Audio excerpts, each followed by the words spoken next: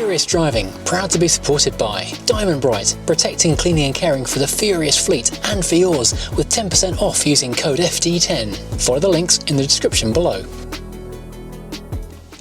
Hello and welcome to Furious Driving, and this is Keith, the unsung member of the Furious Driving fleet, the forgotten member. Keith is very much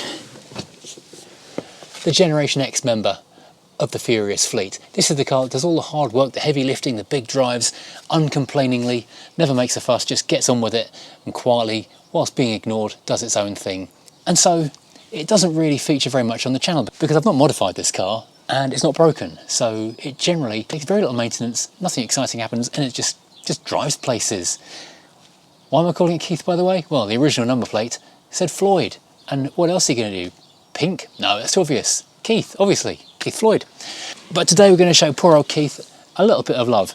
So if you're unfamiliar with Keith, this is a 2017 Mercedes S205 shape, that's W205 estate, C250 CDI AMG Premium Plus 4MATIC. Basically a very, very useful four-wheel drive estate car which can do pretty much anything I want it to do in terms of carrying stuff and going a long way very economically. It's brilliant as far as that kind of stuff is concerned. It is unfortunately a Gifformatic automatic. It's a clever 9-speed malarkey, but it's still a bit rubbish compared to actually having a manual gearbox. And that will be the reason I sell this car in the end, because people said, oh, you'll get used to that in no time, you'll love that. I'm nearly 2 years in and about 30,000 miles in, still hate it on a daily basis. Anyway, a couple of little landmarks for this car. The other day it passed 1, 2, 3, 4, 5, 6 on the odometer, and following on from that, it's also had an actual little bit of love and attention. So first of all, it needed a pair of front tyres, and because when this car first arrived it was on run flat winter tyres and the handling was atrocious. I was going to sell it within a month because it felt so awful, bouncy and jarring at the same time. I switched it to non-run flat Continental Sport Contact, I think 6s or 7s, and they were absolutely fantastic. But 2 years on, they have finally worn through at the front, and so I thought, well, I'll go back a happy medium. So I've gone for all seasons, so I don't have to switch between summer and winter tyres. I can just go all season and most UK weather. That'll be fine. So I did that. That was 420 odd pounds for a pair of front tyres. The back ones are slightly larger, so they're going to be more expensive when I switch them over. And I know you're not going to mix and match all season and summer tyres, but that won't be for very long because those are going to wear out quite soon as well. Anyway, having done that, then needed its next regular routine service. I think it was just a B service it needed. So that was just an oil change, filter change, general inspection, and I needed brake fluid flush as well at that interval. Took Stevenson's Mercedes down at Larkfield. I think it's like 350 or so pounds from memory. I can't quite remember actually. It was very reasonable, certainly compared to a main dealer who would have fleeced me for about £1,000 for that. So yeah, Stevenson's really quite pleased with their service indeed. Because the service book on this car is Mercedes Star computer system, you have to have a Star service login in order to service it and then stamp the book, which means you're very limited to where you can take it if you want the book stamped correctly. And because there's a good chance I will want to part exchange this car at some point, I've got to keep on paying for that. Anywho, that was done, all good. And then the other day, as I moaned about on Twitter, hit a pothole and bam, lost one of the brand new tyres, only a couple of weeks old, done almost no miles on it. So I was not happy at all. I didn't make any video of it because it's just a lot of chasing around. I'd just been out and I'd videoed the Yaris Verso. Unfortunately, I came back to the car to find flat tyre, pancaked. So very fortunately, the car belonged to a friend of mine and he wasn't using it. So I was able to take the Yaris Verso, come back home, go and get a small trolley jack, have the garage here, go back to my friend's house, take the car wheel off this, then drive off to go and find somewhere. Oh, it's a bee. Woo. Please don't fly into me. Take the tyre down to a tyre place who said it was completely and utterly unrepairable, sidewall damage, and had to wait for the next day. So luckily I got to drive the Yaris Verso for an extra day, which is fun, I guess. And so I was another £210 out. So in the last month, this car has cost £1,000 in terms of basic maintenance. Not that I'm bitter, certainly not bitter towards KCC. I avoid 999 out of 1,000 potholes, but it's the one that gets you, isn't it? Normally drive down the road like a drunk squirrel trying to dodge between potholes, but the one time I couldn't dodge one because it was a single track road, nowhere to go, ruined the tyre. Anyway, at least it made it to my friend's house without letting go. But what am I doing today? Well, I've got a number of little tasks to do inside the car. Where's my tea shelf gone? Because very little goes wrong on these cars. This seat is just starting to split actually in the fabric. There's not a lot I can do about that. But there's something I can do about, and this is a silver little panel down here, this little trim finisher piece, the button that releases the armrest in the middle. The foil was flaking when I first bought the car, and it's been flaking worse and worse, and it bothers me no end. So, been onto eBay, and I think I've spent 12 whole pounds on a new fake one, which looks exactly like the original, so I'll switch that out. Whilst I've got that all apart, because I'm going to have to take the entire dashboard apart to do that, I'm also going to add USBs to the back of the car, because incredibly for a big family car, it's got USBs in the front, it's got USBs in the armrest, USBs in the boot as well, or power sockets in the boot, but no USBs for the back seat passengers, so I'm going to add that. And finally, this is the dash cam which I got for this car a year ago, and we used it on the trip to Sweden in the Volvo, which has got a rear facing camera as well as a front facing camera, so you can get all angles. It's also got one for the rear screen of the car, and I'd kind of forgotten about it and I've been using an old one, but I'm really annoyed with the fact it's not hardwired in. It's just a messy plug, and I can't ever shut the ashtray thing, so it looks just untidy, so I'm going to hardwire that in. Right, so we will start by changing this little silver foil thing, because that is the beginning of everything when it comes to taking this whole lot apart. Right, we will start off by taking this little panel here out, because the foil has gone horrible on it and it looks nasty. It's amazing what you find in these little glove boxes after a while. Let's go through the Mont Blanc tunnel. Many napkins, because it is even a car without napkins in it, and murder gloves, because of course murder gloves. Now what you have to do is get in here with a pry tool, basically just pry this thing up and then push the button to release it from underneath. Be very careful you don't mark the wood underneath. There we go, and that is released. Ah, there's the dust and stuff I can never normally get to. That's now out, and you can now see just how sort of manky that's gone. Yeah, that's the genuine Mercedes part, and this is the aftermarket part, which is, well, it's surprisingly accurate, I'll be honest. Now I'm going to stick it on straight away, because the next stage is trying to access the power bits underneath here, and for that you need a T20 screwdriver, and just undo these two bolts just here. Right, now having undone those two screws just there, all you need to do is lift it, and the whole thing should just, there you go, peel up. Now at this point you do need to get underneath it with your hands and just unplug all the little connectors around the back of it, otherwise you're not going to be taking it anywhere. Now there are quite a few plugs to undo, but once you've disconnected all of them, the entire centre dash section comes out, so really it's just these two big clips at the top and two small screws at the bottom that disconnect the entire front section of the car's console from the car itself, which is quite remarkable really, and then you have access to everything behind it. So this is what your dashboard of your W205 looks like when the big fancy panel's gone, with all dials, air blowers, instruments, the radio, all that kind of stuff, just a bunch of connectors lying loose. But what I'm going to do, if you look down here, you've got power going down to the USBs that are here in the armrest, but I'm not going to mess with that, that's too much computery stuff to be gubbing around with. Well, this here is the plug that supplies the cigarette lighter, so it's a fairly hefty bunch of wires just there. Also we've got an earth, we've got a switch 12 volt, and we've got a permanently live 12 volt, which is what we need for that, because the dash cam wants a switched and a permanent and a ground, and our aftermarket USB also wants an earth and a switch live. So yeah, that is hefty enough cables that we can run that. Just need to break into these wires and run some extra cables.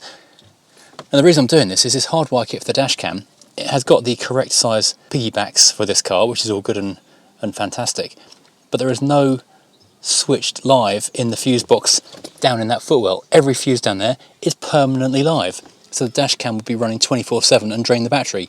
There is a switch live on the fuse box in the boot, but that means running cables all the way from the boot to the top, and then also back again for the dash cam in the back window, so far too much aggro. So yeah, I realise how that sounds when I'm staring at my stripped apart dashboard. Right, there's no way through the side of this. I thought maybe I could feed a power lead to the back of this, down the inside of this moulding or something, but there's not anything like that. So what I'm going to do, well, I've emptied this out, taken out the carpet base of it, I can drill a little hole through there that comes out through there, so feed the wires through there and down into there. Incidentally, while I was emptying this properly for the first time, I realised there's a little ledge just there I've never noticed before, and someone's vaping charger thing is down there, so they've lost their vaping charger. I mean, when I got this car, it absolutely stunk of fags. The sales guy had loaded it with air fresheners and stuff, so you couldn't really smell the fags, but as soon as the air fresheners wore off the next day, it was, you couldn't even sit in it. I think I did the ozone bomb things about 3 times in here just to kind of get the smell out. It took months to get the smell really out. Smoking in cars is disgusting, it just ruins them. Well, that was really far more of a mission than it needed to be, but I do now have positive and negative wires which have been fed through this little hole here, through this little thing here, which I had to unbolt and lift up to out into the back of here. Unfortunately, after I carved a hole in the back of the little, well, I think it's a blanking area that would have been an ashtray on cars with a smoker's pack, this is actually too deep to fit into the hole because of the ducting for the rear air vents. So what I'm going to have to do is get a black plastic panel and panel that across. I can't get the camera down far enough. Panel that across, and I've got my twin USBs. I can mount onto that, but you know, it'll do for the moment. Let's just get this all done for now. So next thing, to attach all the wires to, to this one here. I really hate cutting into genuine factory stuff. If you're wondering how to get a wire that's all bendy through a tricky little passageway through all this plastic stuff, what you can do is feed a stiff wire like a bent coat hanger back through from the other end, tape it to your wire and then pull it back through again, and bada bing, you've got yourself a wire on the correct side. So I just did a quick proof of concept, making sure I've got these the right way around. Earth, permanent and switch live, all working correctly. This has come on, or gone off again now, when I switched the ignition on. So yeah, that's good, so I can actually permanently wire this in, although it's actually snapped in quite neatly in there. I could actually leave that. Maybe that's an option actually. So that's actually successfully piggybacked into the back of this plug, and it is held nice and tight with no damage to the wires. That's good. Just need to add in a connection for these things now as well. Right, so now I've got the functioning dash cam, I've got the phone charging over here plugged into the back. I just need to plug everything back in to this dashboard panel, and then we're away. I can turn the power off so I don't get any sudden shocks and shorts. We should be okay to go. This might take a minute or two, bear with. So after you've inserted the 2 big lugs at the top, the dashboard more or less just rolls straight into place, and then you can click it in and screw it down. Job done, T20's tightened up, and we have got ourselves a reinstalled dashboard, looking very smart as if nothing had ever happened, which is nice. Right, so now post reinstallation, check everything is still functioning. So we still got the old 12-volt outlet cigarette lighter socket still powering the old annoying ugly cable across the floor to the old dash cam. That's all working. Secondly, our nice shiny new bit of satin trim, still looking nice. Buttons work, which is good. I have checked those USBs down there, they still work and they do still link up to the radio. The phone is charging still from the new rear mounted USBs, which is good. And well, this though is a bit of a weird one. Now you might have noticed I used 2 different power supply points through the dashboard. I put the power supply to the dash cam, which is a very, very tiny wire, to the back of the cigarette lighter itself, and I put the power supply to the USBs at the back, because that's a chunkier thing, directly into the cable in line. And the reason I did that was I didn't want a huge chunky block that would make manoeuvring the dashboard back into place difficult. But I'm thinking that maybe there's either a pulse or something on the back of the cigarette lighter. But it's very confusing because I have tested both the dash cam on a connector indoors, on a plugged into the mains thing, and it doesn't do the turning off, turning on thing like this is doing right now. But I've also connected things to this USB-C outlet, which I've just connected into the car, and they don't do the pulsing off and on thing. So I'm not sure why the problem is. But the thing is though, I'm going to have to open this dashboard up again. I'm going to have to remake those connections, which is very annoying. Right, so on connections version 2, I've gone in with a soldering iron because I used connectors first time. I know, don't judge me. It's just really tricky to get down there, and I don't like using a soldering iron inside a car in case I make a mistake and get solder or burns on the car fabric. But anyway, let's have a quick check that this all does actually work. Yes, we've got, yep, Land Modo is alive. Meanwhile, let's pop the power into the phone. Yep, that's charging off the phone, that's all good. That's staying alive. Let's give that a minute or so, because before that was just glitching out and dying every few seconds. this seems to be working. I guess it was just a bad connection on the back of this plug down here. So fingers crossed that's all okay. Right, I'm a little bit concerned because it's now doing the turning it off and on itself on and on again malarkey. Now fortunately all of these connectors are different shapes, so you cannot really mess this up. Right, so that is now all installed back in properly. We've got hopefully a good solid connection now going out to that USB down there. We've got the power to the USBs in the back. All I need to do now is the clever bit of feeding the USB cable up to the top of the windscreen. Well, to finish things up, where the wire was coming out of here, I've just squeezed it in between where the trim goes. It's behind this panel now and underneath this panel here behind the glove box, slackened off this screw and squeezed it into the edge here so you can't see that anymore, which is nice.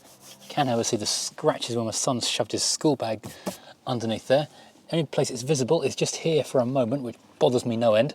Now the only thing that's not really making me very happy in this entire situation is this camera. It keeps turning itself off and then restarting and turning to nothing, and I don't know if it's a mode thing with the camera or if it's a fault with the device.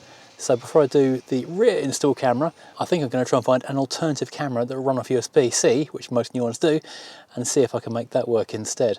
But for the moment, we've got a semi-installed thing. There's a lot of menu stuff to go through in here, so I'll do some menu stuff. So there we go, we've had a semi-successful day out in the Mercedes. Poor old Gen X Keith, the forgotten car on the fleet that does all the work, never gets a thank you. So new bit of plastic trim, looking a bit tidier, functioning rear USBs for Furious Junior in the back, although I do need to make a little bit of trim to hold that steady. And we've got a USB up to the windscreen and maybe a working camera, which I'll have to look at a little bit in the next couple of days. Anyway, thank you for watching. If you've enjoyed this, please hit like and subscribe. I can't guarantee there'll be much more Keith content in the near future because poor old Keith just plods on with stuff. Might get a wash later on today because he's filthy at the moment. But hey, there's plenty of other things to look at. And join us again next time on Furious Driving. Like, subscribe, you know the business. Head to furiousdriving.co.uk, buy a mug. Thank you.